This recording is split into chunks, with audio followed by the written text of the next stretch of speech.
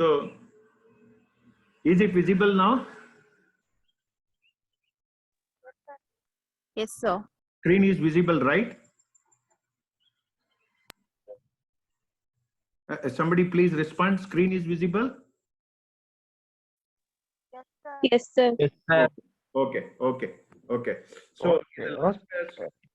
in the last class, we were discussing about the consistency of record using double mass analysis.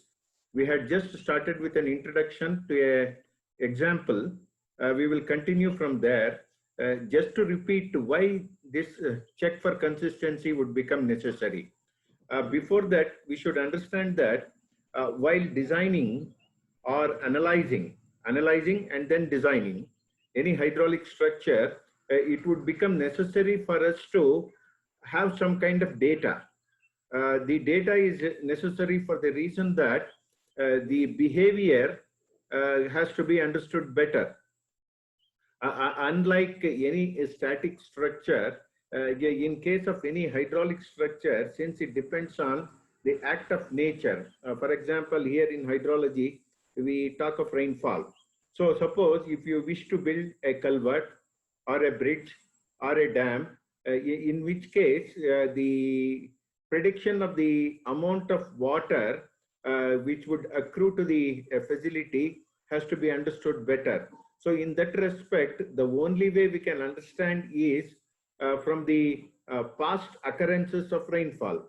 When we say past occurrences of rainfall, it is just not for a year, at least for 25 years to be reasonably of certain duration, such that we can predict the behavior better. So in which case, if we have 25 years of record, we have to understand one thing here. The data should be for minimum duration of 25 years.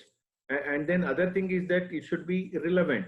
It should be relevant in the sense that the purpose on hand has to be served. Suppose if you are looking in terms of elevation of water in a drain, the data should pertain to the elevation of water in that particular drain, not to any other kind of data.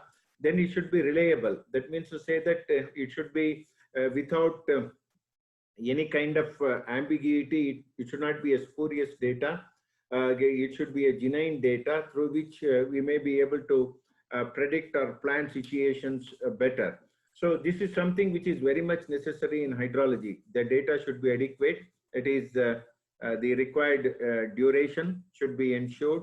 It should be pertinent. That should be relevant to the situation, and it should be a genuine one. It should not be a fabricated one. So these are few things which we have to keep in mind. Other than this, there are few other things for which we may have to check the data. That is in terms of changes which can happen in the area. When we say that the duration of the data necessary for the purpose is 25 years, we may even go for 50 years of data or even 100 years of data for very important installations like construction of dam, etc., where the investment on the facility would be very, very huge. So in such a situation, a lot of changes would happen in those many years. In 50 years or 100 years time, a lot of changes would happen. So for all such changes, even the rainfall pattern also keeps changing. So unless we check for the consistency of the record, suppose if you want to build a facility today and look for the data of 100 years back, in which case all that 100 years of data should be something which should be compatible with the current situation. So in which case some trend analysis has to be understood and consistency has to be checked.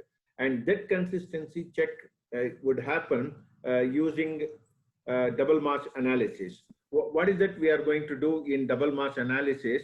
We will look at this example once again. So this is the example we have.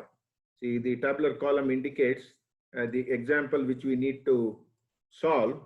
And then the statement of the problem is here.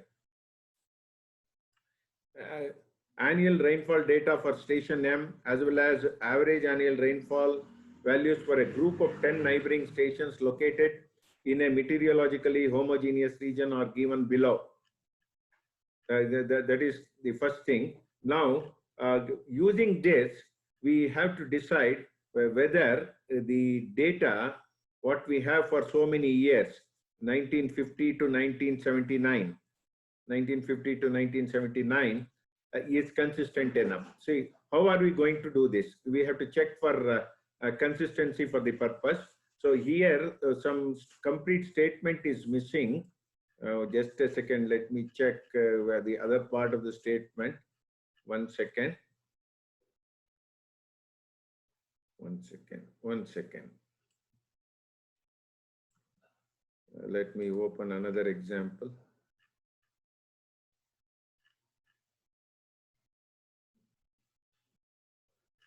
Okay, the statement part is missing. I will let you know, but I would read out the remaining part of the statement. See here, the annual rainfall data for station M as well as average annual rainfall values for a group of 10 neighboring stations located in a meteorologically homogeneous region are given below.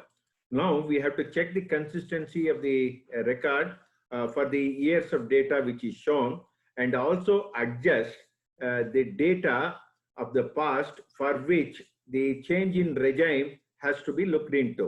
So how are we going to do this? So first point is to check the trend or consistency of the data. Once that is done, all the previous records which are for different set of conditions has to be adjusted for the current condition. That is the problem on hand.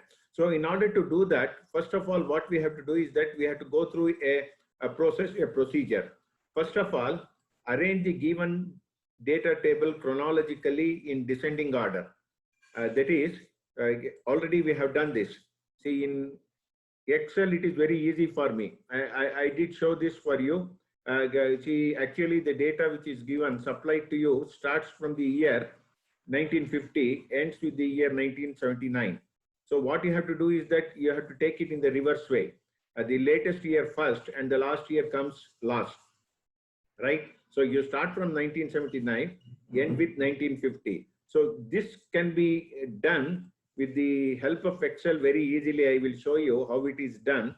Just for the sake how we did it in your computer also, you can try this. Perhaps, see, I will just show you how it can happen. So I have taken this data here, 1950 to 1964, just for this reason that we need to sort this. What you do is you go to data, then you sort, sort by the year values, largest to smallest. So if you say so, so 1 second. 1 second. Sort. 1 second. 1 second.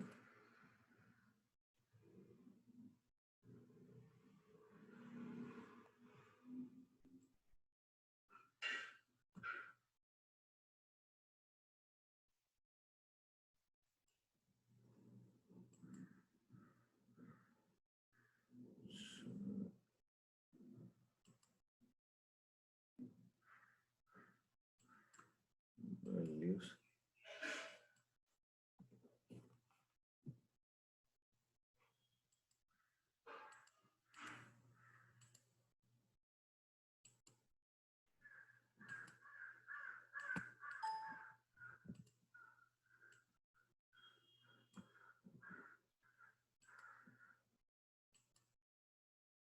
Sort by values.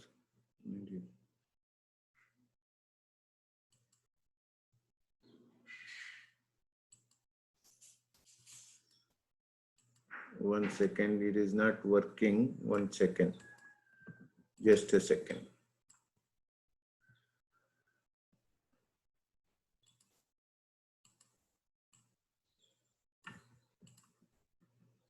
One second.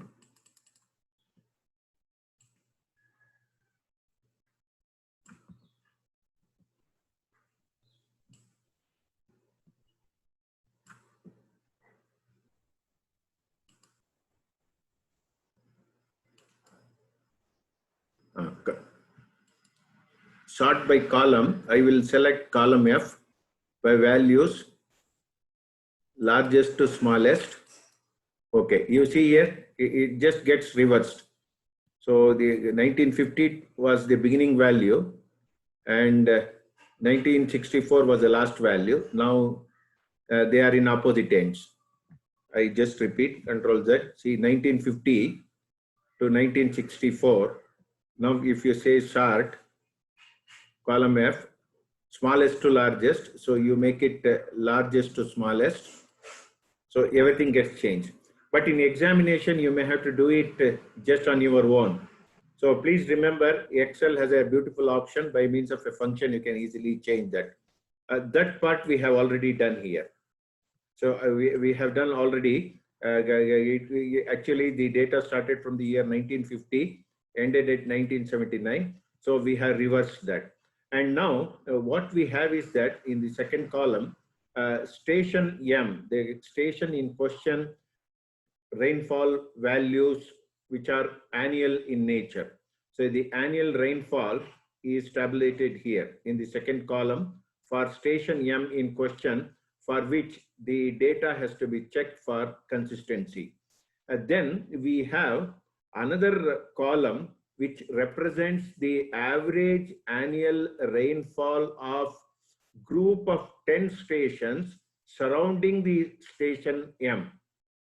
I repeat, the third column indicates the average annual rainfall of group of 10 stations surrounding the station in question, that is station M.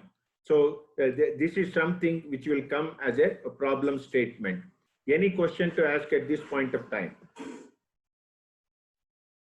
Is this clear?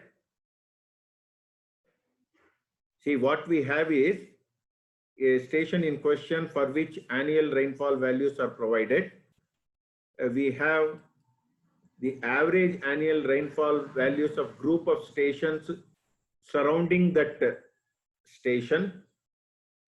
And then we are required to check the consistency of record for station M, which is in question, using the values, average values of the rainfall for the surrounding 10 stations. So this is what we need to do.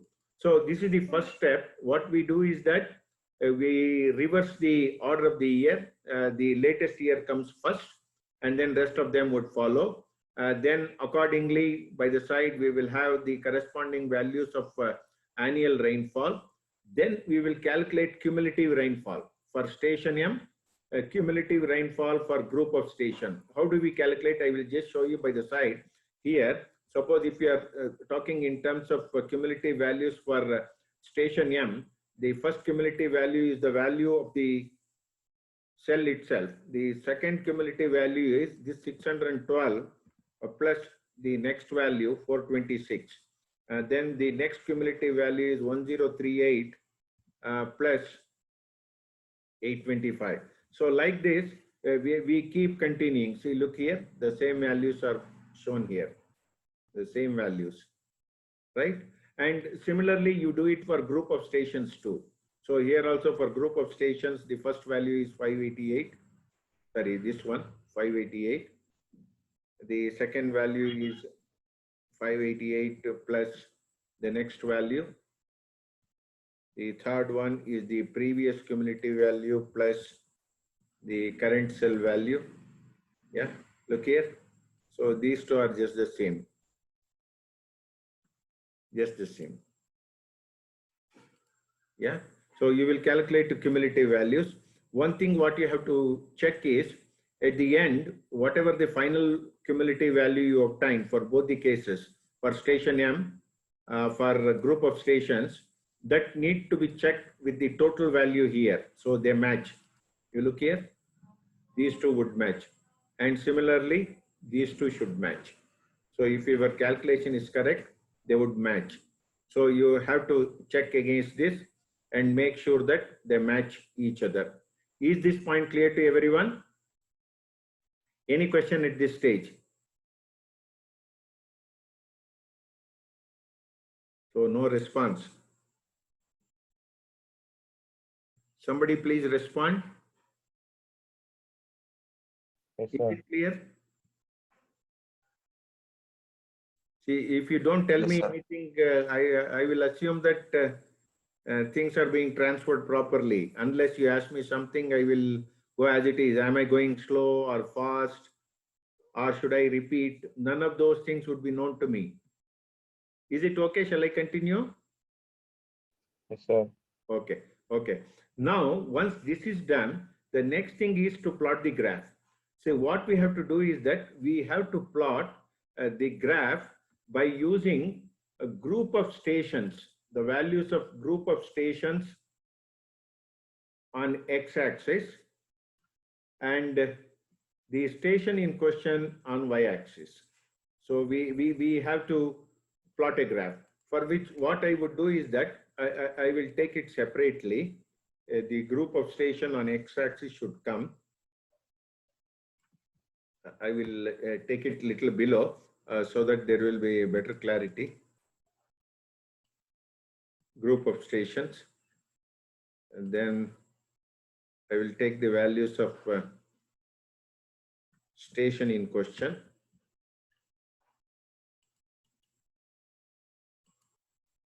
The station in question, both are taken. So if you go back to your procedure here, what is mentioned in the class notes, so you just have a look into that. See here. They arrange the given data in chronologically descending order. This we have done. The first step is done. Tabulate cumulative values of the rainfall for stations in question. This also we have done. Tabulate cumulative values of the annual rainfall for group of station. This also we have done. Then plot graph of cumulative values of average annual rainfall for group of stations on x-axis and cumulative values of rainfall for the station in question on y-axis. Okay, so we are into this fourth stage. So we will come to this fourth step. Now what I would do is that I will plot this. In examination, you may have to use graph sheet and plot this. And remember one thing here, the values on x-axis is also not uniform. Normally what we see is that on x-axis, the values are always uniform in nature. That's what we assume. That is 10, 20, 30, 40, 50 like this. And here you have to understand that they are not of uniform nature. They are scattered. And of course, the values in the second column are also scattered. So you have to make note of this, take note of this, and then accordingly plot. In Excel, I have a ready function to look at. So what I would do is that I will go for insert option. I will go for a scattered chart. In examination, it is only graph sheet for you. I am repeating. So I will just plot this here. So this is the plot what I have. 1 second, let me blow it up a little bit such that things are visible better. What all I wish to say becomes clear for everyone.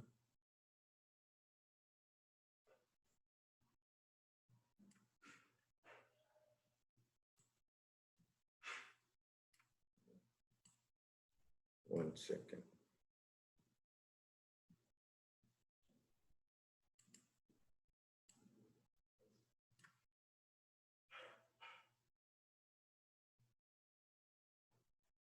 See, can somebody see a kink or change in slope somewhere at this point?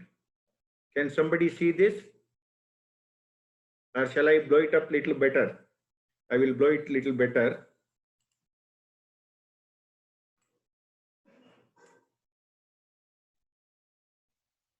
Can somebody see a change here?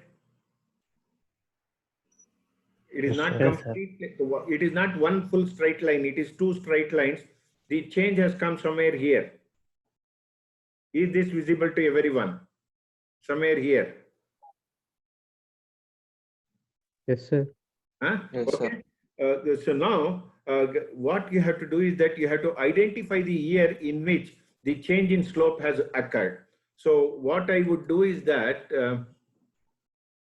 I will also show you the data points. For example, if you go to the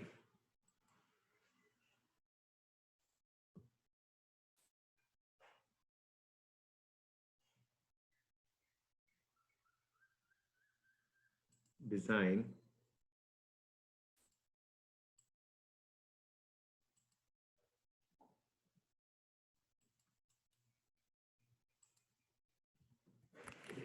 One second.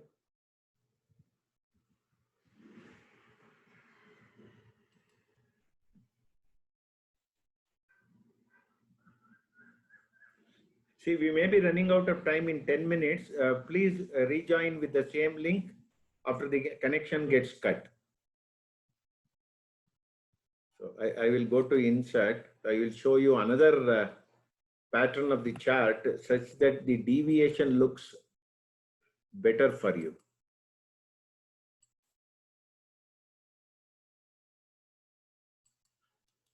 Format.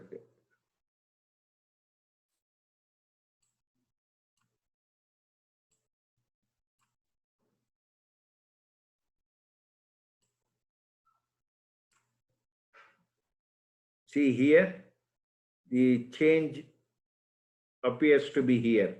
One straight line from this point to this point, and another straight line has taken over from here onwards. Is that clear to everyone?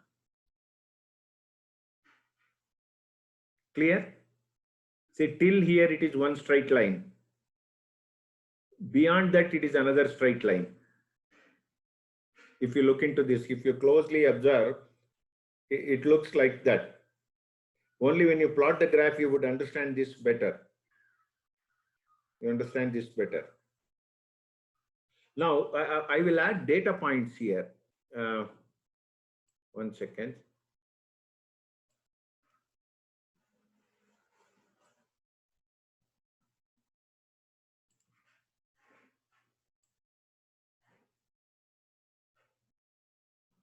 Add data labels. One second. Format data labels. Values from cells. I will take values from cell. One second. I am doing a little bit of jugglery here such that I will be able to show you things better.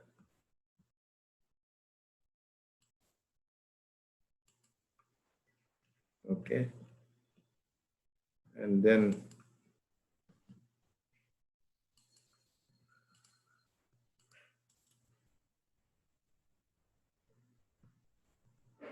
text options.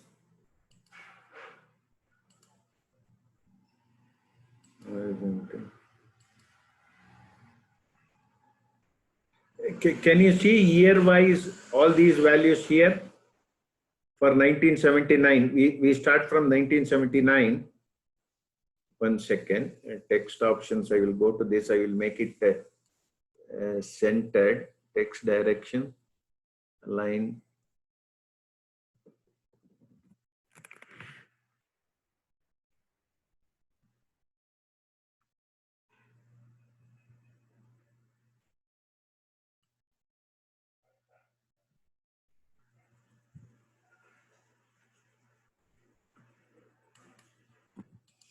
Can you see these years now? Everything? No response. Yes, sir. Yes, sir. Everything is visible. If you look into this, we have started from the year 1979 and ended with the year, one second, 1950 here. So what I would do is I will make the justification little better such that things look better for us.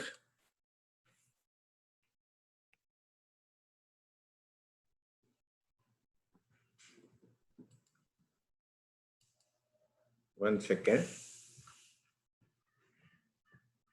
I will make it little better for you.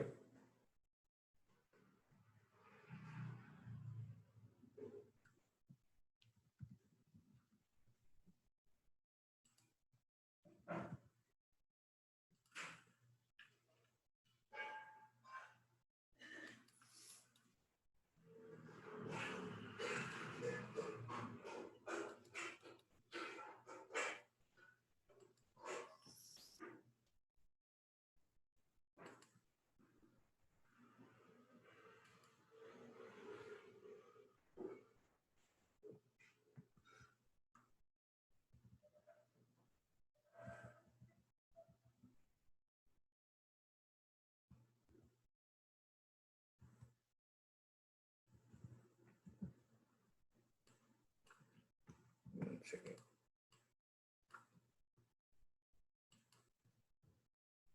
One second.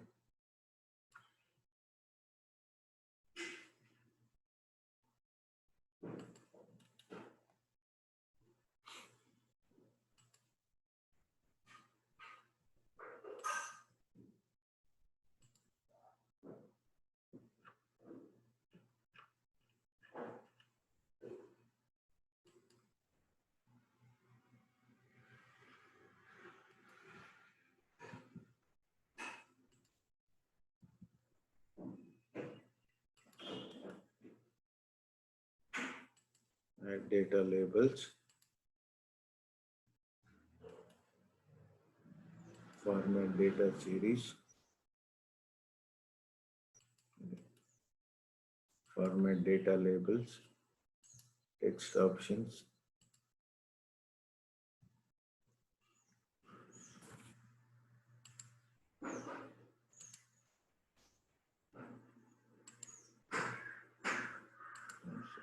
Label options. Value from cell.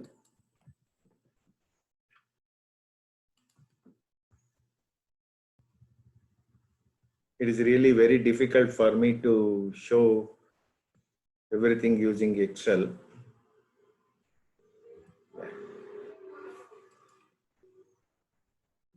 I did this. Now,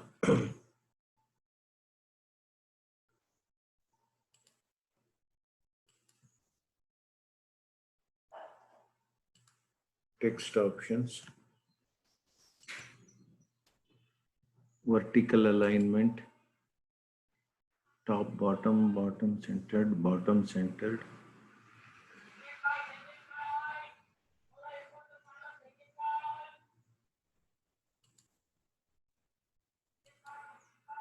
Text direction, rotate. I have rotated this. Text box, center middle, I will make it to the left, or maybe better to the center. Yeah. See, now you look into this. Starting from 1979, we have it till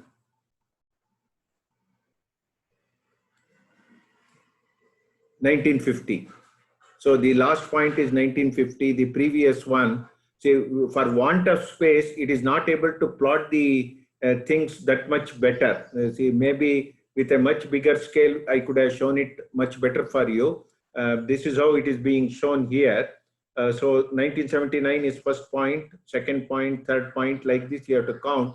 In some year, there will be change in regime. Suppose if you look into the same thing, what I have indicated in the class notes, if you look into the class notes here, for example, the same thing I have repeated here. I have just shown the years here. If you look into this, the same graph is shown here. See, we have started from the year 1979, 78, 77, etc. So if you come to this point of inflection, that is where the slope has changed. That is, till here, it is one slope. From here onwards, the slope has changed.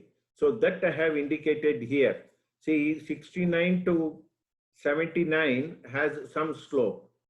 That is year 69. See, if you look into this, 68, 67, 69. If you look into this till here, you have one slope. Only when you plot using graph sheet, you will be able to understand that better. Say this is one particular slope till the period 1969. In 1969, you will have one slope, and whereas for the remaining period 1950 to 69, you have another slope. So 1950 to 69, you have one slope. 1969 to 79, you have another slope. So that means to say that there are two parts to the problem. In examination, or rather when you work out for yourself on the graph sheet, a single graph sheet would be quite sufficient for you to determine the values of the slope. But here, in order to show you the values of the slope for these two parts,